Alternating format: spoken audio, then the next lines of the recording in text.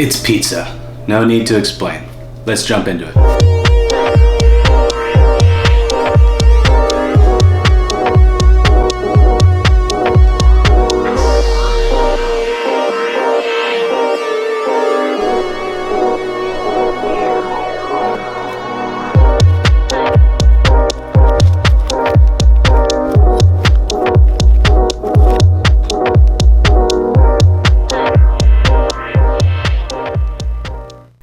Hey, welcome back to the channel. We're going to be going over pizza here. So we'll start off with yeast, water, make sure the water is warm, and then we're just going to allow that to bloom for a couple of minutes or so.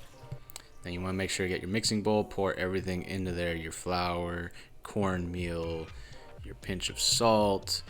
Make sure not to do too much salt because then you'll kill that yeast. Everything's listed down below, by the way, honey. And then you want to just mix it together until it barely comes together. You don't want to overmix here, because then we're gonna have too chewy of a dough. Make sure not to overwork those glutens.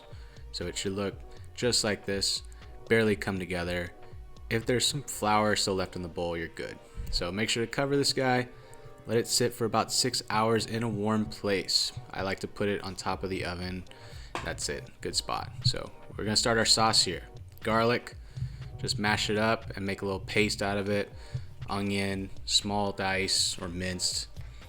And with this sauce, we're going to be using the yellow can tomatoes. And then we're just going to do a little bit of canola oil in the pan, garlic, onion in, sweat them until they get a little bit of color. Add your chili flake from Spice Tribe and some bay leaf. I have some bay leaf fresh that we just dried out.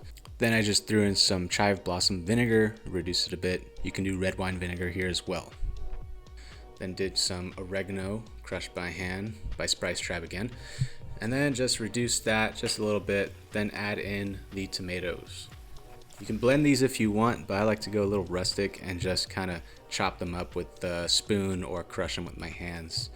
To each his own, whatever you want to do. Anyways, so do your black pepper, salt to taste, and then just cook that down until it becomes a nice, thick, beautiful sauce. That's going to be our pizza sauce. Gorgeous, look at that. Done. Sauce. You can use this to also dip your crust in. I mean, it's a great sauce for pasta, whatever. So as for the pan, you can use a cast iron skillet like this, but this is pan pizza, sheet tray. We're gonna use this. So just get some good oil on there, or you can use pan spray. We wanna make sure to lubricate this so our cornmeal will stick. Just do a mix of cornmeal, sugar, salt, and spread that evenly. This is gonna make sure that our pizza does not stick to the pan. So dough in, and then just get dirty with it. Use your hands, use oil to lubricate your hands so it doesn't stick too much, and then just spread it evenly on the pan. Make sure to massage your dough. Tell your dough how much you care, give it a nice massage. Okay, so spread your sauce evenly onto the dough, as much sauce as you want. I try to just do a good amount because this is a pretty thick crust pizza.